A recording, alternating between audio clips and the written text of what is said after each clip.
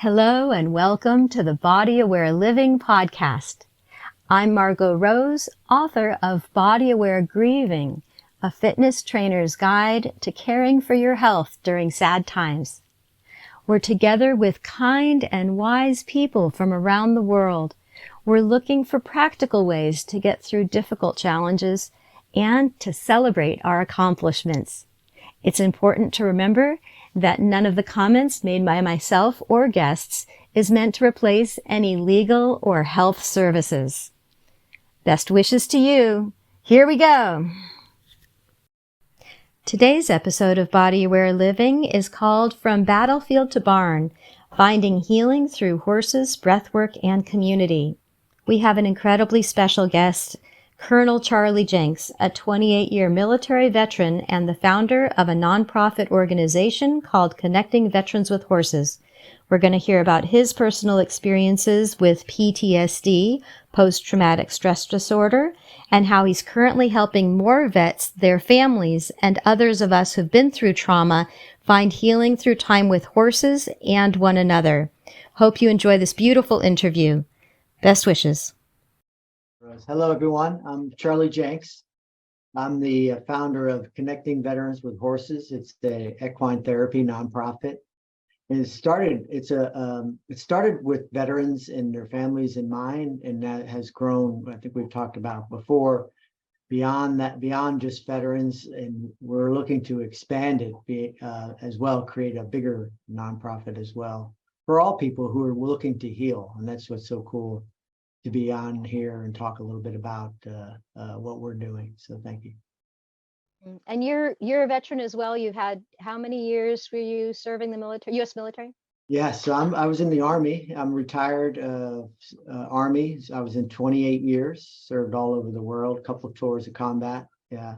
And my personal story is my first combat tour was 2005 in Afghanistan. And I knew something was off, shortly thereafter. Took about, I started having these severe panic attacks in like 2007, speaking in front of large audiences, just thinking maybe I was just nervous and not a great public speaker.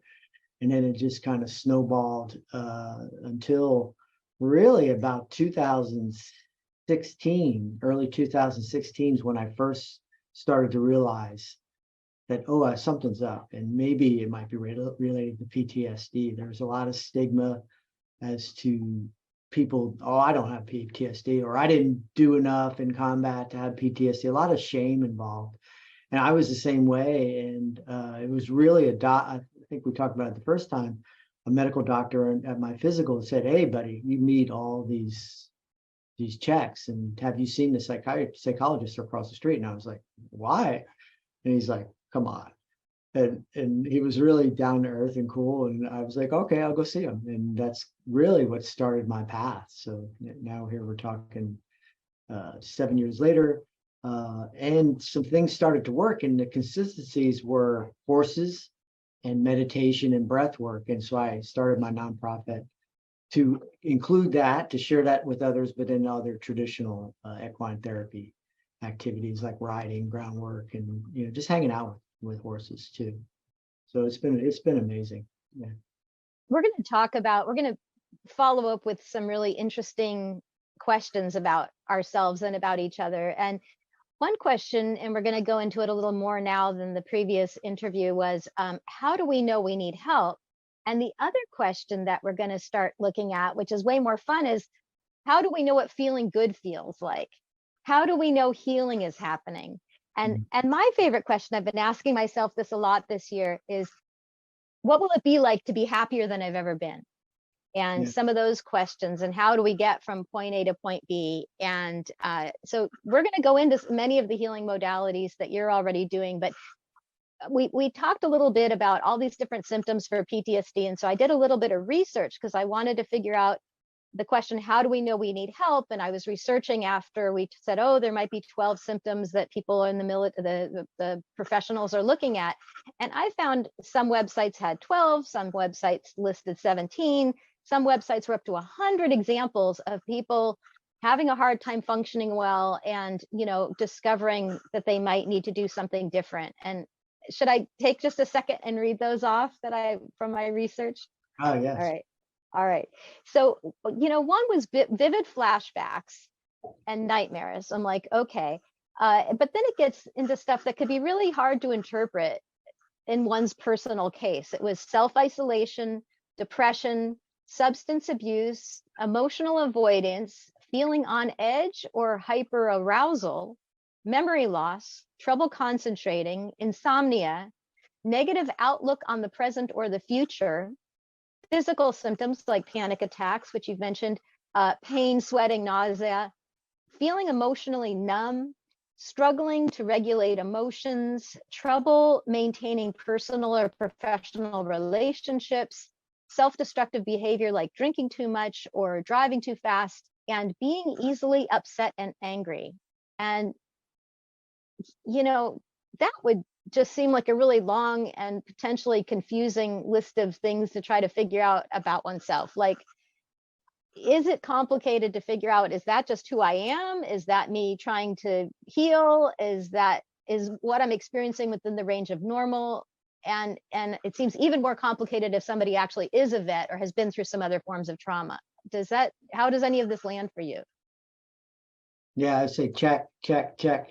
No, it's like you're listing them all off, and that's what the doctor was kind of getting at to me, because we were having a long, detailed discussion, and he was like, you meet all of those. You're telling me about all of those, but you're not telling me directly what's going on, and that's the huge part, and that's why I keep going back to the horse. It was the horse that woke me up, in part, that hey, I needed help. It was me, and if I wanted something to change, I need to focus on me. And I know a lot of times we think of just thinking about us. We were even talking about this off right before. It's in a way selfish, but really it's what's needed. It was like when I shifted to focus working on me, then the relationships with others, and we were talking again about my children, but just people in general, changed.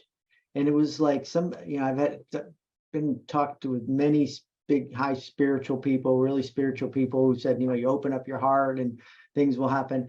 And, they're right in a way, so whether people are into that or not, it's like, focus on you. And it's always the question is like, so what do I do? And it's, like you're saying, there's many facets of healing, but the ones that consistently come, fruit for me is the meditation, the breath work, the getting inside of me. And then somehow you include these horses into that. And it's magical. It's so magical. Like, there was a veteran yesterday with us, and he, he's got his own story, he's on his own healing journey. He's a fascinating, brilliant guy. But you know what he needed yesterday? A hug from the horse. That's what he needed. We were going through breath work and all. I sent you, I just texted you the pictures too. That's all he needed, was a hug. And again, I'll always defer to them, the people, the participants, how they feel. Because I always ask them, just note how you feel now at the beginning and how you feel at the end. Because that's what I'm about. Like, these horses, just being around them made me feel better. So I just kept doing more of that, And by the way, it goes after your question, like, what does it feel like to be happier? Well, I know there's a jump or a bump in my time with them. So how do I keep tasting that? That was when I always say, even with the meditation, once I started tasting that more, like what it is I think you're talking about, that's when I got really excited about it. And I go, there's, to me, in the beginning, it was words. Do this meditation for 5 minutes or whatever. Try it. And it's like, yeah, how do I meditate when my mind is racing? But once I started tasting that just a little bit, I was like, tasting what? That happiness, that connection, all that. And it's like, oh. And then after a bit, I started feeling better. I was like, I have to try to share this with others. And that's what, that was the genesis of our nonprofit, which is like 5 or 6 years ago now. It was like, I got to find a way through horses and through this breath work. And it just so happened that I could we're at this amazing center that gives me the freedom to do this. I mean, it was just me in a stall in the beginning, and then it expanded, which you've seen, me in a round pen, which is a training pen for horses, with one horse and the participants of the class. And even that, there's some risk in that, right? Because people aren't horse people, they're nervous, they're in all those symptoms, what you just described. So the horse is picking up on all that stuff, right? So there could potentially be some, danger there, but it's just been so amazing because these horses are pros. They're therapy horses. They're on their second and third career. They're in their late teens, early 20s, and they're just so patient with us and with all. It's just amazing. I'll stop there. Sorry. Well, you said, oh, I was feeling better. And that is exactly part of the question. Like, one thing you mentioned when we were off camera is like, I woke up feeling more optimistic. Like, how do we know what feeling better feels like? What else could we add to that list of things things you've seen your other vets experience? How do you know your vets and the other participants, the families of the vets and the other people who are joining your program? Like, what do you see in their behavior, in their outlook, in their posture? How can you tell when they're having benefit and healing happen? Well, they keep coming back. That's the one thing. Okay. And it's ones like me that were skeptical in the beginning, like especially of all this woo, people say woo, whatever, meditation, like they're like, I don't know anything about that. I'm from the East Coast. I've never heard, it's like, okay, well, let's just think of this as exercise then. We're doing a breath exercise with a horse, and we're going to move around a little bit, and they keep coming back. But the one thing I always hear from them is the community. So it's like they belong somewhere. So it's that isolation part, right? Because you become one of those symptoms is you're detached from people. So this is a place you can come that not only the people are accepting of you, because we're all in a similar situation, but the horses live in the present and they're accepting of everyone. It's just like they're open. They're not going to push you off. If you're, again, if someone's up and they're really in a flight situation, I'm talking about a human, the horse is going to feel that. So they're going to respond to that a little bit. But really, what I see is the horse goes, all right, come here. I want to talk to you. And then the horse, which I think you saw the other day, just locks on somebody. I didn't tell you, there's a follow-up to the story from Friday when you were even there. One of the veterans that I took the photos of where it's locked on this gentleman. What he told me was Saturday, he came back again Saturday class and was saying he was having this hard time with his throat locking up, like clamping up, which is a symptom I had too. Like you lose your voice. You hear that, right? You don't have the confidence to whatever that is. I was the same way. And that was part of my panic attacks and so forth. But this work clears that, I won't get too far into it, but what he was telling me was he felt that not only our practice was helping him, the horse helped him. And then his face, even yesterday, it was brighter. He had the other veterans were commenting on, you look clearer today. And I go, I didn't know it happened to him. I just knew that he needed something, in a sense. But the horse saw it first, because if you remember, the horse was trying to lead with you right before that, and then turned as we're doing that meditation for 5 minutes or so and locks in on this gentleman. And I had to stop, and I do it all the time. I was like, I'm sorry, I have to take a video or a picture, because no one's, in the beginning I say no one's going to believe me, but it happens just about every time. But then the follow-up, like then the guy came back the next day, which is not, and he lives like 30-40 minutes away. It's not like he lives around the corner too. So there's something there that, whether it's community, whether it's feeling accepted, whether we're all in the same boat, have some sort of same story. Like this gentleman is a combat veteran who was injured in combat too, his lower leg and so forth. And, but then it has the mental PTSD part too. Yeah. So we have a lot of material to be sharing. In addition to this podcast, the actual portion that we have, I've now been to your meditation with horses class twice, and I was taking some video and some photos. And we have a lot of material to start pulling together and sharing with people, because I also started doing videos with some of the vets and other participants with their permission. And are we talking about Gonzalo? is the example you're giving with Gonzalo? Yes.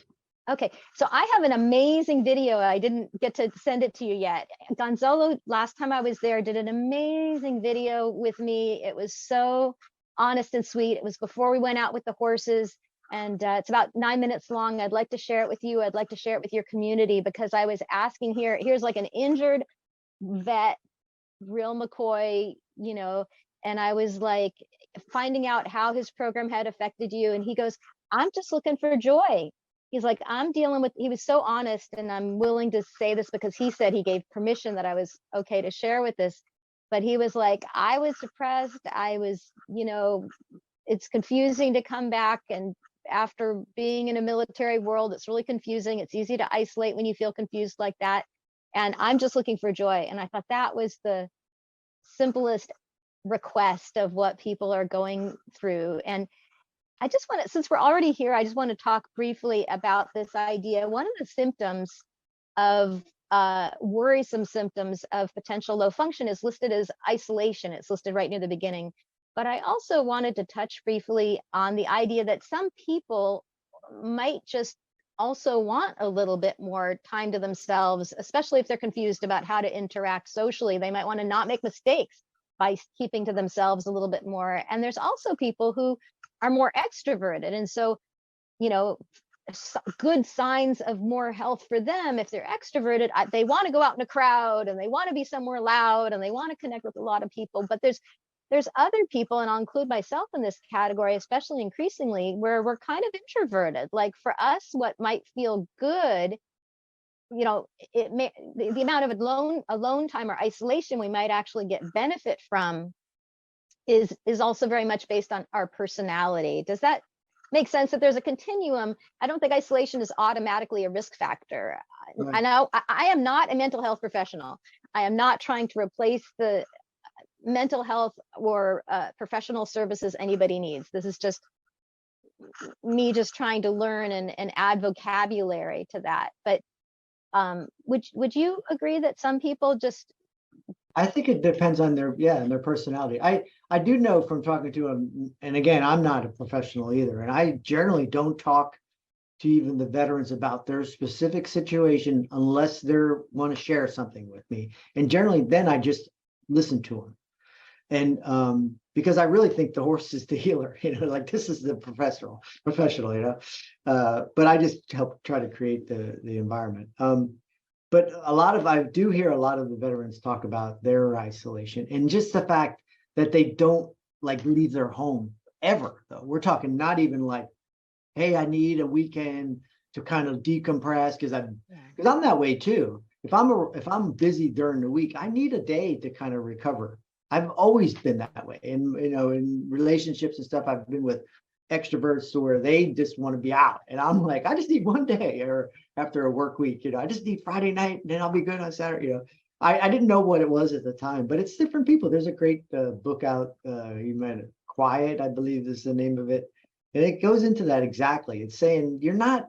Then it goes into like Harvard Business School. People they look for extroverts for the MBA program, right? That's what they're looking for. But that doesn't necessarily mean that everybody has to be that way, to thrive. And then she goes into like studies of like, most of the world leaders and business leaders are introverts because they think, and you have those people out there to do that work, the extrovert work, but you need a balance of it. And that's why I think it's like anything. I think it's individual and you need a balance. And that's why I'll keep going back to it. And I know this may not sound right. It may sound off because I always talk about like meditation and stuff, like, because in the beginning it sounded off to me. I was like, what are you talking about? Like Qigong, meditation, and it was like, but I truly believe like you need to get inside yourself to get those answers, to be like, A, I need a break. A, I need to back off. Or A, I need to engage.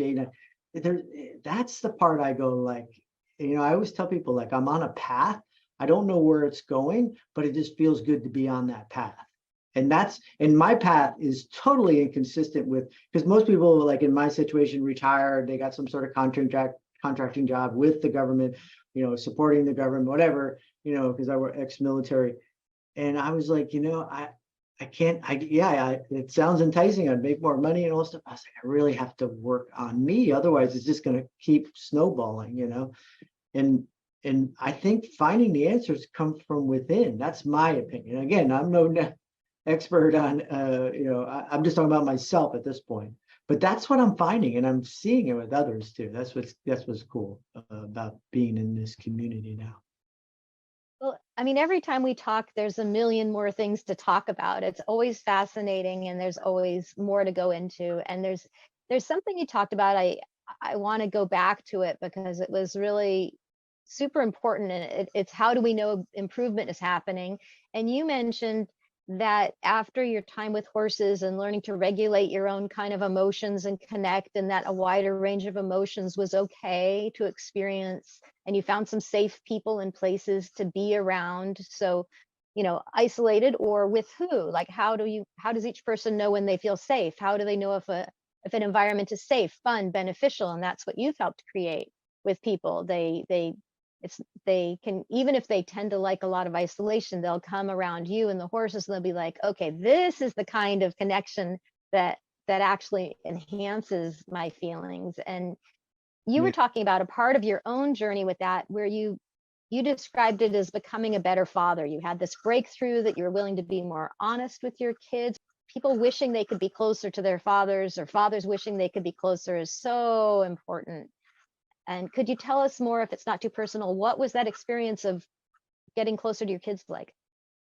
Oh yeah, I don't know that I would say it's even being a better father. I think it's just being a better human, in that I my one teacher it's a master's, his name is Sam Tam, he's up in Vancouver, but he always talks about becoming whole. Our work is to become whole. And then when we become whole, then we can be connected to the greater, to people and all this stuff. And I feel like through the work of me internally in many cases, right? And however people get after that, whether it's, prayer and all that stuff and meditation, there's many ways to get, in my opinion, to get after it. But it caused me to be more open and to be more vulnerable. And that's when my kids, like, you're their dad. They're always trying to put you up on the pedestal. They want you to be something greater, right? Oh, my dad did this, my dad did that. But when they see that your dad's just human, that was the part that it was like, because there's still like that friction too, when there is that pedestal, you're separated in a sense. But when they realized that I was struggling, I think it was really when it's changed. So I don't pretend to be like a perfect dad or anything, but our relationship, I feel, and you'd have to ask them too on their side, but we can talk now. There's no like barrier to talking. There's not, they should not, and again, I defer to them. There shouldn't be like, hey, I missed, this is what happened. And they're afraid to tell me. Like, no, just tell me. And we've already had that, school and all this stuff. So it's like, that's when, like, through the work of on myself, caused me to be more vulnerable, to be more open.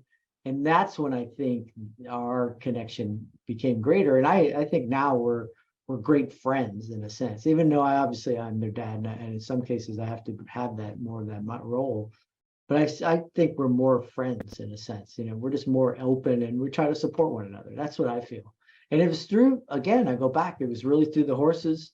It was through another gentleman, Monty Roberts, who has a veteran program, who sat down with my 3 kids and me and he is like a PhD, and he's on a couple of them, I think, in the mental health world too. And he talked to us about it. And he was just like, so what's going on? It was just very basic stuff. But that was the first time we really like addressed, like, not grievances, but what's going on. And then from there it just got further. It's just grown, I feel. Some mentorship, some wisdom, some willing to be more open, some,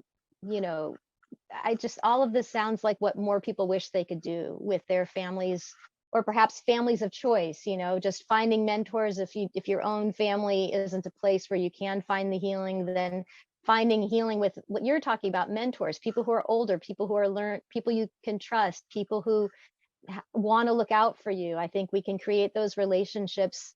Who has wisdom we want and need, and who's willing to look out for us. And part of just one thing I'm still so curious about, you were mentioning that at some point in this willingness to be more vulnerable, that you had an experience you hadn't had in a long time that involved crying. like at some point you know, crying is a healing tool. It's a tool to cleanse the spirit, release some emotions. And would you be willing to share what crying felt like after you hadn't done it in a long time? Oh yeah, it was, because you're kind of like this. I was kind of like this, knock this battery off my shoulder, or people like me don't cry or whatever. So I didn't really cry like my whole life. I mean, I probably could count it on one hand, like how many times I've cried, maybe before, like 6, 7 years ago. But I think it was more of letting go. And it helped that a friend of mine was crying right before me, who I thought, again, wouldn't cry. In a group, we're in a group setting, and we were given some feedback on what we just experienced with a horse again. And he opened up, and I was like, whoa, that totally, because I was next then to speak. And I was just like, oh my gosh, that just totally blew me. Because I would have given like some straight face answer. Yeah, it was nice or whatever. And then he starts crying, and it just it probably allowed me to cry. I don't know. But ever since then, I was like, yeah, I mean, it's okay. But I still think it's like, it's letting go. I mean, it's like we're holding all this stuff. It can't be good. I mean, that's why we do this meditation, the breath work, and qigong. It's about letting go and connecting, and that's what I feel. It's like, just breathe. My teacher, I think I mentioned this the other day, but it's like, do you breathe out of every cell of your body? It's like, no, I don't. I breathe out of this tube. It's like respiratory system. Like, yeah, but yeah, well, when you breathe that way, you're still like contracting every part of your body. It's like, why? It's a waste of time. It's like, especially if you're not lifting something or something. It's like, yeah, it doesn't make sense. Just let go. And it's so easy. I always say this stuff sounds so simple. Just let go. You've heard that your whole life, right? Just let it go. But then to do it is another thing. It's A whole another new thing. level of it. It's Well, like, I mean, what would you say, having experienced this emotional release, this physical release, this refreshing sort of cleansing sounding moment? Like, what would you say to people who think, oh, is it masculine to cry? Like, or they've been trained it's not masculine to, what is the message from Charlie Jenks to the world on this topic of masculinity and crying? say ego gets in the way, right? So you have to let go of that ego. It's like, I've heard so many times over, and I think I mentioned this, but it's like, I didn't even think I had PTSD because we're not supposed to have it, first in the beginning, right? And I was an officer too. I was a leader. You're not supposed. And then there was the whole like guilt of like, well, was I really in that like combat like these other warriors? No. So it's like that shame thing. So it's just like, all this stuff is like, or you name this, the Marines don't have PTSD. It's like, what? You're killing me. Like, leaders are saying this, or you pick the four. I'm not trying to pick on the Marines, but it's like, we're not perfect, and you can show your vulnerability, and it's just like, that's the part. Again, I keep going back. It was the horse. The horse told me, because the horse lives in the present, and it told me, hey buddy, you're jacked up. It's not me, it's you. And I'm like, because they're just responding to you. And it's like, and if something's not quite right, yeah, they could be a wild horse or whatever, but if they're relatively trained and they're kind of, and they start jumping around, you go like, it's like, don't lunge at them or anything. It just kind of moves slow. It's like, yeah, it's so crazy. But that was the part where, like, just said, it's okay. One of my mentors, speaking of a mentor, he's a therapist that works with veterans and trained therapist. And he's just like, most of you guys just need a hug. Most of you big macho guys just need a hug. And I go, you're probably right. It's like, yeah, we never got that. I mean, we're too tough to get that. You know what I mean? He's like, that's what I find, this guy, and he hugs everybody. That's his deal. He's like, he just hugs people. And some people don't. I didn't want to be hugged in the beginning, because I was like, that PTSD, like, get away from me, buddy. I don't want anyone near me. But he was right at the end of the day. Like I said about the veteran yesterday, he just wanted to hug a horse. And this is a macho guy, like attack helicopter pilot guy. You're like, it's pretty cool to see. Well, there's a million different ways you're helping other people, and you've channeled what you've been learning into all this beautiful new program, connecting veterans with horses, now expanding that to try to reach out to more people. And before we run out of time, I just want to, thank you for everything. Thank you for all the different kinds of service you've already performed and the current way that you're wanting to grow this program. And how can we help what you're doing be more successful? What are some of the things we can contribute and provide so that this vision grows the way you hope to? Yeah, I mean, ultimately, I'd like just get the word out that, like we're just talking about, like you're not the only one that's going. Not that it's not important or downplaying it, but there's a lot of us are going through the same thing. So get the word out that there are people who are trying to work on this collectively together, and it's all different. Social media. People could share this on social media. Yeah. Everything you've said, we've got all this material and all this content we're coming up with. So one way people can help you and help what you're doing next is to share some of these clips and these videos on social media. You were also mentioning about people who have land, people who have horses, people who might want to have some sort of small version or a pilot program across the United States or maybe the world, that there's other facilities that have horses that might want to invite some portion of what you're doing to be on their land and with their horses. Is that a possibility? Because that is where part of what the name came from, Connecting Veterans with Horses. It was really just me being like going out to each spoke of where they provided services that are somewhat similar to ours, And so, yes, we're looking to grow. I'm looking to grow within my organization, but I know that there's a lot of great, maybe it's just identifying, hey, we're doing something similar. Because I keep finding like-minded people that are doing, they call it something, and they're more technical and they're certified and all this stuff. I go, yeah, we're kind of doing the same thing, but yeah, you are a medical doctor. I'm not, but it's like, it's pretty cool. So that, and then funding too, like we are looking for donations as well, because my goal is to turn these programs over to veterans, like let them grow them to run these again around the world, around the country at least, but maybe around the world too. Like we can establish a program that has the juice to pay people to do it, and give them, and then grow them to teach others.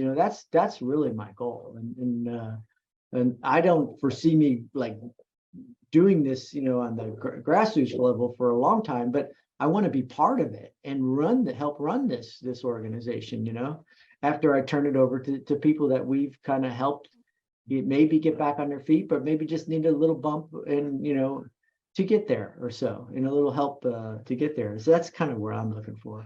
So yeah, this is the word. If the people are generous enough to donate some, that you can go to my webpage, connectingveteranswithhorses.com. Wait, I'm sorry, say that again more slowly. Your webpage. Veteranswithhorses.com. Okay. Or it's on Instagram, you can get there too. It has my webpage there, but on Instagram, it's Connecting Veterans with Horses as well. We post all of our weekly, we post our videos and photos from our sessions. We're really trying to make the horses, now there's 9 horses, the celebrities too, because they really are. So, I mean, that's going to be another project I'm trying to get someone to run, to show you these amazing healers. And they all have had their different paths of lives too. They're competitors and stuff, dressage and all this stuff. And you really can see, like, these are some amazing horses, but they're healers. That's the cool thing. They're locked in. Once we start class, and you've seen it, but it's so cool to see how I just kind of let them take over. Really is what I feel. I still facilitate, and that's what happened again yesterday. Yeah. So if people want this type of healing, if people want this type of message, if people want more of Charlie Jenks and more people to feel and behave, like with all this, who do we become when we become happier than we've been? Like, and how do we start using those new happier selves out in the world? It's just such a fun question.